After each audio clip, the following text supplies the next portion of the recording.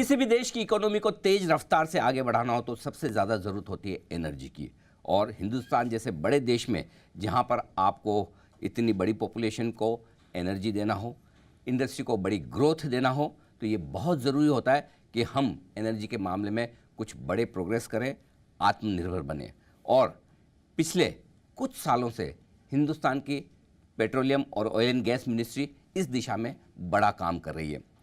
ढेर सारे अचीवमेंट हुए और बहुत कुछ करना बाकी है। आइए इसी पर आज हमारे साथ कार्यक्रम में शामिल हो रहे हैं हिंदुस्तान के पेट्रोलियम और natural gas minister Hardeep Singh Puri साहब। सर, बहुत बहुत स्वागत है आपका जी बिजनेस पर। धन्यवाद हमें समय देने के लिए। मैं आपको कल से याद कर रहा था सर। कल BPCL के नतीजे आए, आज HPCL के नतीजे आए। ये मैंने शायद पिछले 30-35 साल में पहली बार देखा है कि जब कंपनियां सस्ती LPG भी बेच रही है, पिछले 3 साल से आपने दाम नहीं बढ़ाए, उसके बावजूद बम्पर मुनाफा कंपनियां कर रही है। ये कैसे कमाल हुआ, बताइए सर। ये आज जो BPCL और HPCL के क्वार्टरली प्रॉफिट्स की आप बात कर रहे हैं, ये इस साल नहीं पिछले साल भी हुआ था जी। मुझे लगता है हमारी जो मेंटल कंडीशनिंग है जी, वो कुछ कई कारण थे उसके, मैं किसी को दोष नहीं देना चाहता हूँ। 2006 और 2016 के बीच में, जिसको हम अक्सर डल डेकेड कहते हैं, कोई ना निर्णय लिए ना कुछ हुआ, और पब्लिक सेक्टर कंपनीज का फंक्शनिंग सिर्फ ऑयल एंड गैस में नहीं, वैसे ही कुछ ऐसा था कि ये सरकारी हैं, यहाँ पे जो अधिकारी भी हैं वो मोटिवेटेड नहीं है एट्सेट्रा। अभी तो बिल्कुल उल्टा हो गया।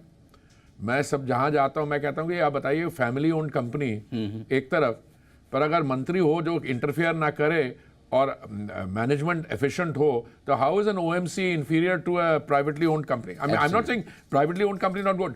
सो पिछले साल हमारे जो OMCs हैं, in spite of global turbulence, in spite of excise duty cuts, reducing the cost of petrol and diesel 13 रुपए और 16 रुपए माननीय प्रधानमंत्री जी ने कम किया, LPG दिया, उसकी अंडर रिकवरी हुई गैस की 28,000 करोड़, हमने 22 1,60,000 करोड़ के करीब प्रॉफिट आफ्टर टैक्स था, 1,59,000 राइट टू बी प्रिसाइज।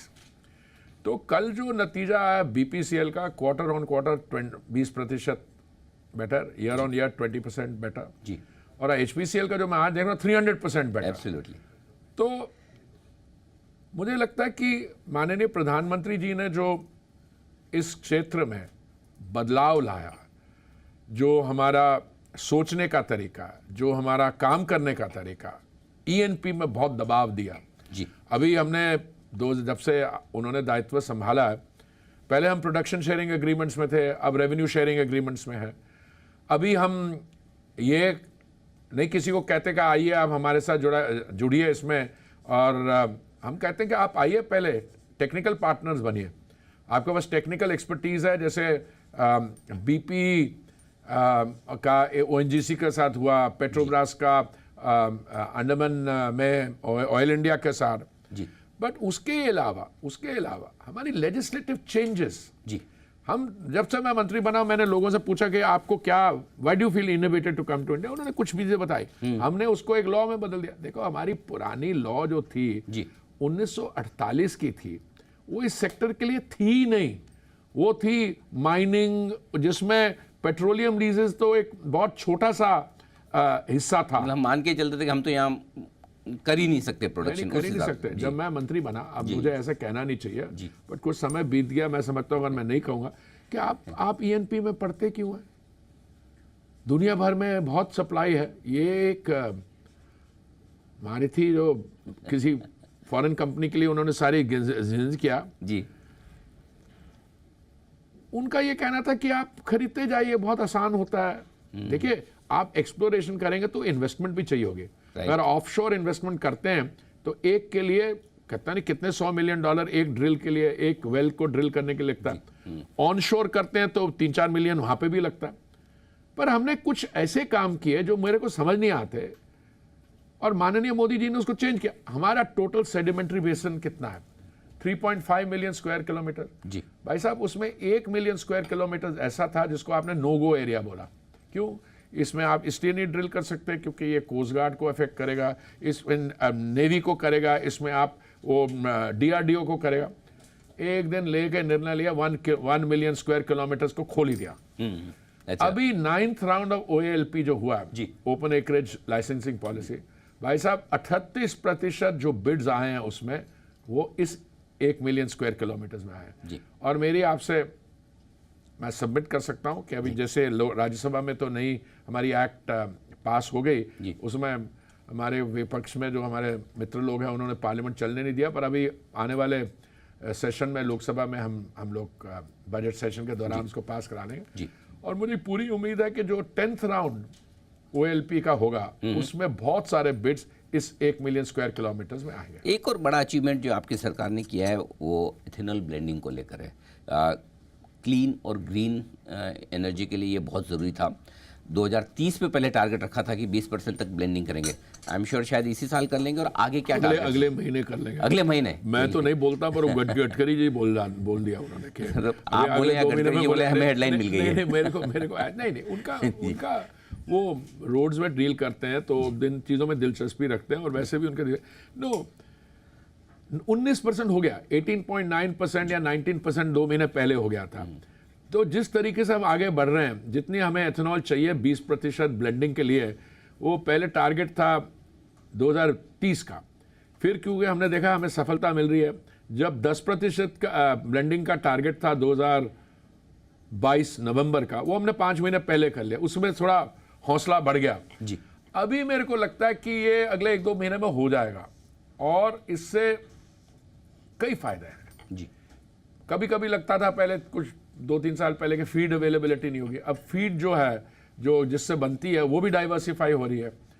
पहले सिर्फ शुगर केन बेस्ड थी, उसके बाद मक्का आया, उसके बाद पराली से बनानी शुरू की सेकंड जनरेशन, अब बैम्बू का हम इनॉग्रेशन करने जा रहे हैं, उसके बाद 3G है जो थर्ड जनरेशन इंडस्ट्रियल गैसेस की। तो अवेलेबिलिटी ऑफ फीड है, ऑफ टेक है। अभी सिचुएशन हमारी दूसरी है। हमारी सिचुएशन है बहुत लोग चाहते हैं कि हमारा जरा और ले लो, तो उसकी रैशनल मैनेजमेंट।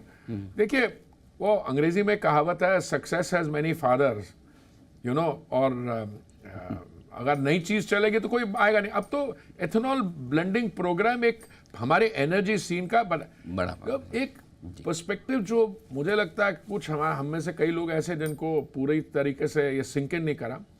राइजिंग कंजम्पशन में आपकी ब्लेंडिंग परसेंटेज बढ़ रही है। राइट।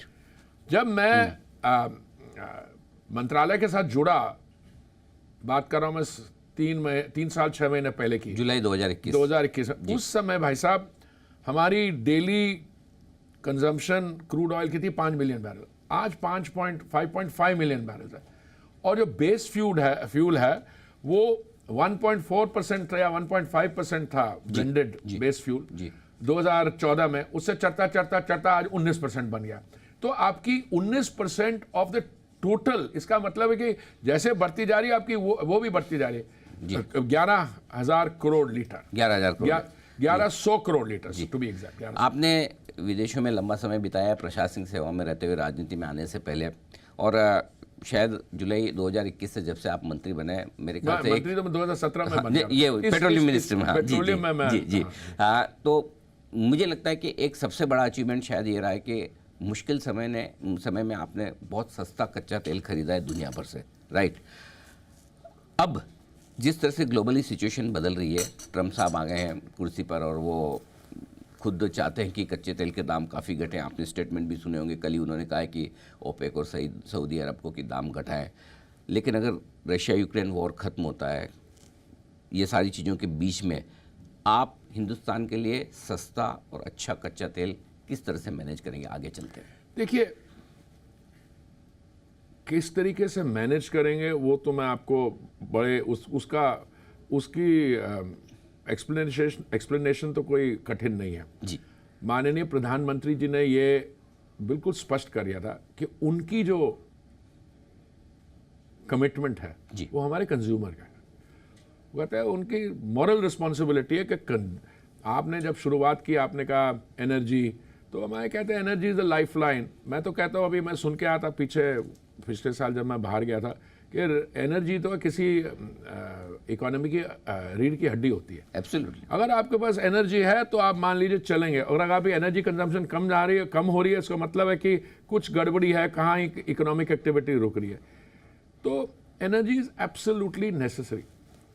यहाँ पे देखिए इस समय ओवरऑल कच्चे तेल की अवेलेबिलिटी विश्व भर में बढ़ती जा रही है। इन समस्याओं से पहले दिन में 102 मिलियन बैरल्स एक्सट्रैक्ट होता था और उसकी सेल होती थी। फिर ओपेक ने प्रोडक्शन कट्स किए तो ये 97 मिलियन पे आ गया, 5 मिलियन कम। अभी आप देखिए वेस्टर्न हेमिस्फीयर में तेल की अवेलेबिलिटी बढ़ती जा रही है जी। वहाँ से, ये मैं मिडिल ईस्ट की बात नहीं कर रहा हूँ जी। ब्राज़ील 3 मिलियन बैरल प्रोड्यूस करते थे, अब वो 140,000 बैरल्स, 1,40,000 बैरल एडिशनल आ रहा है। गायाना, सूरीनाम, कनाडा और United states of America. US is one of the biggest producer, 13 million barrels produce करते थे। अभी हमारी एक्सपेक्टेशन है और एनालिस्ट की कि 1.5 मिलियन और भी आएगा जी। और अभी जब नए राष्ट्रपति उनके प्रेसिडेंट ट्रंप ने अनाउंस किया है कि ड्रिल बेबी ड्रिल, अब इसकी एग्जैक्ट कितना क्वांटिटी बढ़ता है ड्रिल बेबी ड्रिल से, कितनी फ्रैकिंग होती है, कितना शेल गैस आती है, ये सब पता लगेगा। बट ग्लोबल एटमॉस्फेरिक्स जो है कि अवेलेबिलिटी ऑफ एनर्जी बढ़ेगी। और कोई मैं तो ये भी समझता हूँ कई ऐसे देश हैं जिनके पास लार्ज रिजर्व्स हैं जी। मिडिल ईस्ट में, अफ्रीका में, वो भी अब इस चीज़ पे फोकस करेंगे कि फायदा किस में है। अगर प्राइसेस डाउन आ रहे हैं तो वो क्यों ना बेचे। सही बात। वो क्यों ना बेचे, क्योंकि एक है अगर आप लार्ज सप्लायर हो, आप कहेंगे थोड़ा सा माल मार्केट में आने दो कि प्राइस $100 पर बैरल रहे, क्योंकि उनके लिए बजट बैलेंसिंग है। राइट। पर मैं समझता हूँ वो स्थिति अब चेंज हो गई है। अभी संभावना ये है, एक्सपेक्टेशन, मैं एग्जैक्ट कॉन्फिडेंस से तो नहीं कह सकता, बट जो लग रहा है कि तेल का दाम 70 के आसपास होगा। 70 के आसपास स्टेबल हो रहा है। आज 74 है शायद, 78 के आसपास, और 78 का एक, दूसरा 74, WTI आपका 74 के आसपास। 74 का। कुछ लोग कह रहे हैं कि 3 महीने 6 महीने में अगर ये युद्ध जो हो रहा है वो भी कंट्रोल में आ जाए, वाइंड डाउन हो जाए, तो वैसे हो जाएगा। तो इसलिए हमारे यहाँ अवेलेबिलिटी की कमी नहीं रहेगी। अफोर्डेबिलिटी पे भी जितने कदम लेने थे, एक्साइज ड्यूटी काटी है, बीजेपी की सरकारें हैं, राज्य सरकारें, उन्होंने अपना वैट भी कम किया। और एक्साइज ड्यूटी कट होने के चांसेस हैं, जरूर नहीं। इसको इस समय स्पेकुलेट करना कोई फायदा नहीं। कुछ ऐसे निर्णय हैं जो पब्लिक डोमेन में है। अब गैस को जीएसटी में लाना, गैस को जीएसटी में लाएगा, बहुत बड़ी वो होगी। तो सर बात तो लंबे समय से चल रही, कब तक होने की उम्मीद रखी जाए? मुझे अब लगता है होना चाहिए। इसमें अभी गति आएगी। अच्छा, मतलब ये उम्मीद करें कि अगले 2-4 महीनों में शायद इस पर बड़े डेवलपमेंट। मैं तो चाहूंगा कल ही हो जाए, पर जीएसटी काउंसिल में जो डिसीजन मेकिंग होती है वो बाय कंसेंसस होती है। बिल्कुल बिल्कुल।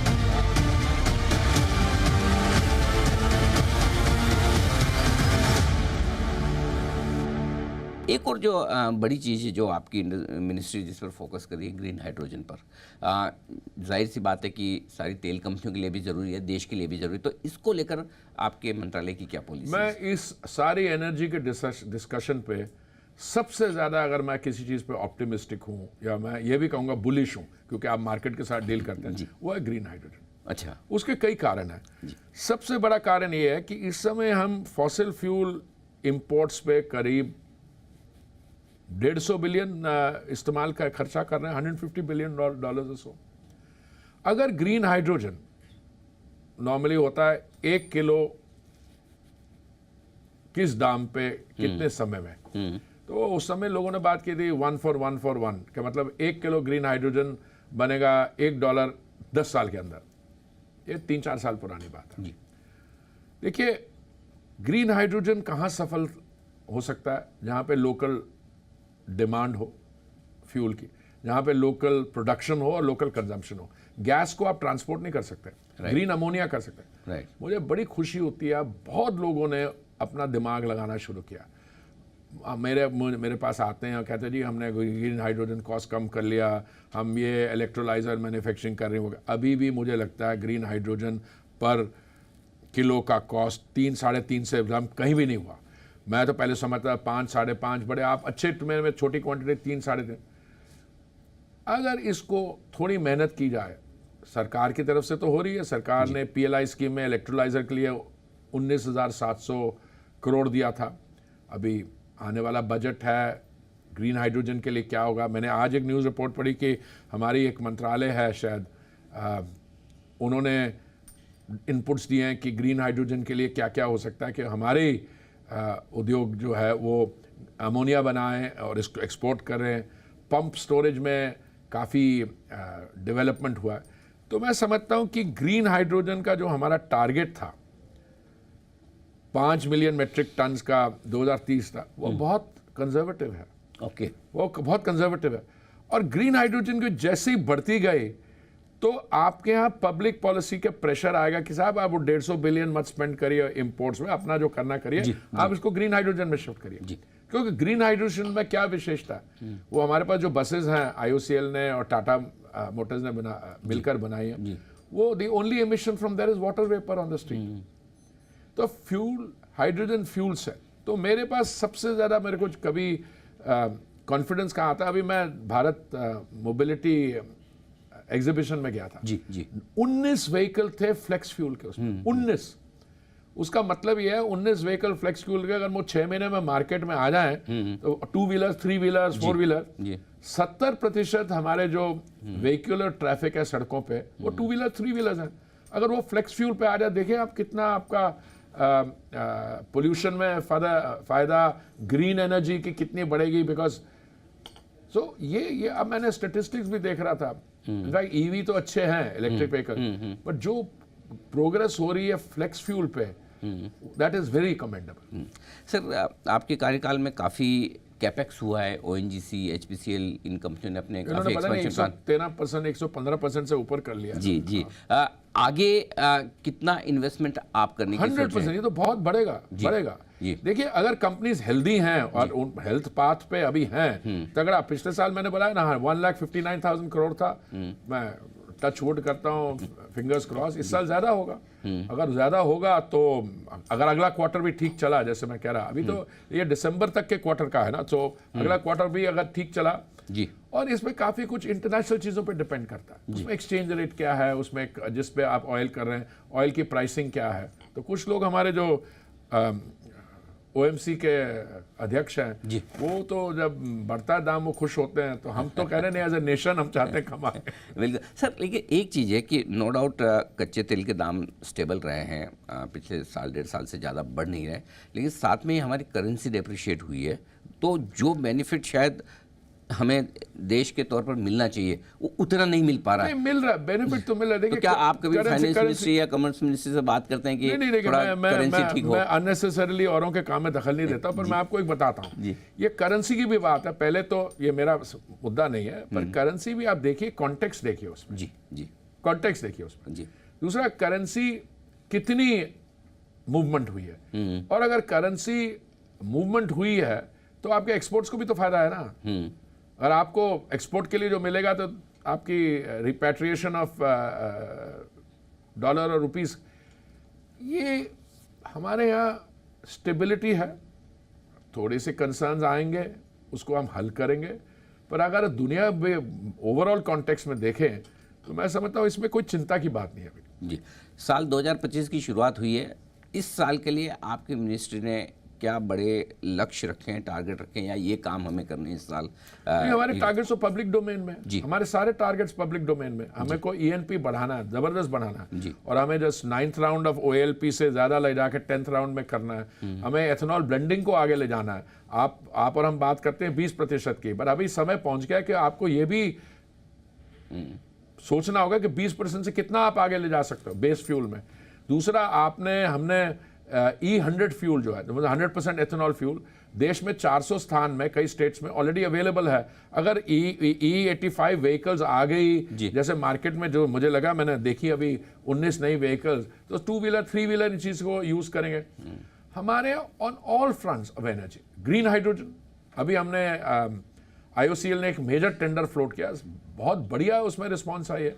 मेरे को कोई कह रहा था कि जितनी अच्छी रिस्पांस इस टेंडर की आई है, दुनिया में कभी ग्रीन हाइड्रोजन टेंडर में इतनी एक्साइटमेंट नहीं हुई है, क्योंकि लोगों को एक्सपेक्टेशन है कि इंडिया में बनेगा। हमारा जो पंप स्टोरेज है, उसका मतलब आप पानी को ले जाके 2,500 3,000 फीट से ड्रॉप करते हैं, उसमें आप प्रोड्यूस करते हैं एनर्जी, उसको स्टोर करते हैं सो दैट रात को भी चल पड़े। ये बड़ी रेवोल्यूशनरी एक चीज़ है। तो ऐसे कई 3,000 एकड़ के साइट्स में देश भर में ये फैसिलिटीज़ बन रही है। तो ग्रीन हाइड्रोजन में बड़ा मेजर हमारे लिए ग्रोथ एरिया है। जी सर, आखिरी सवाल आपसे कंज्यूमर्स के एंगल से लेना चाहता हूँ। वैसे तो 3 साल से आपकी मिनिस्ट्री ने पेट्रोल डीजल के दाम नहीं बढ़ाए, लोग खुश हैं, उल्टे कम ही हुए हैं। कम ही हुआ 3 साल। लेकिन यही भरोसा रखें कि वैसे तो तेल कंपनियां पैसा अच्छा बना ही रही है, आप सब्सिडाइज सिलेंडर भी दे रहे हैं, उसके बावजूद उनका अच्छा पैसा बन रहा है। उम्मीद रखें कि नहीं, उनका पैसा नहीं बन रहा। जो सब्सिडाइज सिलेंडर है उसके अंडर रिकवरी हो रही है। पर एक बार हुई 28,000 करोड़ की अंडर रिकवरी, पर फिर सरकार को अपनी रिस्पॉन्सिबिलिटी डिस्चार्ज करनी पड़ेगी। हमने 22,000 करोड़ उनको लौटाया अभी। जी हाँ, ओवरऑल प्रॉफिटेबल। तो मतलब मैं ये मान के चलूँ कि अभी तक मिनिस्ट्री के पास ऐसा कोई थॉट भी नहीं है, सोच विचार भी नहीं है कि हमें दाम बढ़ाने पेट्रोल डीजल के। अरे नहीं, दाम बढ़ाने की तो बात हम सोच, हमारा दिमाग जो है वो उस डायरेक्शन में नहीं जा रहा जी। पर हम ऐसा है कि हमको ग्लोबल सिचुएशन को वॉच करना। मैं आपको ये निमंत्रण देना चाहता हूं कि हमारे यहाँ ये 3रा एडिशन है इंडिया एनर्जी वीक का। जी। पहला सेशन हुआ था ये बेंगलुरु में, दूसरा सेशन हुआ था गोवा में, अभी 3रा सेशन दिल्ली में है, यशोभूमि जो हमारा नया कॉन्फ्रेंस सेंटर है, 11 से 14 फरवरी को। उसमें दुनिया भर के लोग आएंगे, टेक्निकल सेशंस होगी, प्रोफेशनल सेशंस होंगी, पॉलिटिकल लीडर्स आए। वो क्यों आते हैं इंडिया में? ये 3 साल में I think it has become the second largest platform लग रहा है। वो इसलिए आते हैं क्योंकि उनकी ये एक्सपेक्टेशन है कि एनर्जी रिलेटेड डिसीजंस में India will be one of the central place है। कंजम्पशन इश्यूज पे, प्रोडक्शन इश्यूज पे, टेक्नोलॉजी पे। सिर्फ हम एनर्जी के लोग नहीं ला रहे हैं, इसमें हमारे IITs के, टेक्नोलॉजी के जो स्टार्टअप्स हैं, खास करके हम उनको कर रहे हैं। तो इसमें जो फॉर्मल सेशंस के अलावा जो हमने पिछली बारी एग्जीबिशन स्पेस हमने की थी, उससे बहुत बढ़ाना पड़ रहा है। वो जो पूरा कॉन्फ्रेंस सेंटर है, उसके बाद जर्मन टेंट लगा के एग्जीबिशन स्पेस ज़्यादा करना पड़ रहा है। ये 3 साल में क्यों कर पाए? क्योंकि इंडिया, मोदी जी के नेतृत्व में इंडिया का स्थान जो है एनर्जी पे, इस समय बाहर क्या होगा, आपके पास मार्केट कार्ड भी है ना। अगर मान लीजिए आप नई एनर्जी खरीदते हैं तो कितने % होगा? और ये मेरा असेसमेंट नहीं है, एक इंटरनेशनल एनर्जी एजेंसी है, पेरिस बेस्ड है जी। उनका एक एस्टिमेट के अगले 20 साल में दुनिया को आप एज वन एंटिटी देखें तो 25% इंक्रीज इन डिमांड वो इंडिया से आएगी। उससे आएगी, इसलिए आपके पास एक मार्केट कार्ड भी है। अगर आप कहते हैं कि हम खरीदेंगे बट हम सही दाम पे खरीदेंगे, तो उस बेचने वाले के पास अगर और कोई जगह हो बेचने के लिए, वो बेच देगा जाके। नहीं तो भारत जैसी मार्केट इतनी ज़्यादा है नहीं अभी। बिल्कुल। उम्मीद करते हैं सर आपके नेतृत्व में petroleum ministry, oil and gas ministry में इसी तरह से बहुत ही बेहतरीन ग्रोथ आगे भी हमें देखने को मिले। और आपने जो कुछ कहा कि जल्दी से नेचुरल गैस को GST के दायरे में लाने की ज़रूरत है। भारत को सस्ता और अच्छा कच्चा तेल लगातार मिलता रहेगा, और इसके अलावा ऑयल एंड गैस एक्सप्लोरेशन में नया और बड़ा निवेश होता रहेगा। और सबसे बड़ी बात एक और कि दूर दूर तक इस वक्त मंत्री जी और सरकार पेट्रोलियम प्रोडक्ट्स के दाम बढ़ाने के बारे में बिल्कुल भी नहीं सोच रहे हैं। ये है कुछ खास बातें जो हमें हरदीप सिंह पुरी साहब ने बताई। सर बहुत बहुत धन्यवाद जी मीडिया को समय देने के लिए। Thank you so much sir. आइए, इस खास शो में इतना ही, मुझे दीजिए इजाज़त। नमस्कार।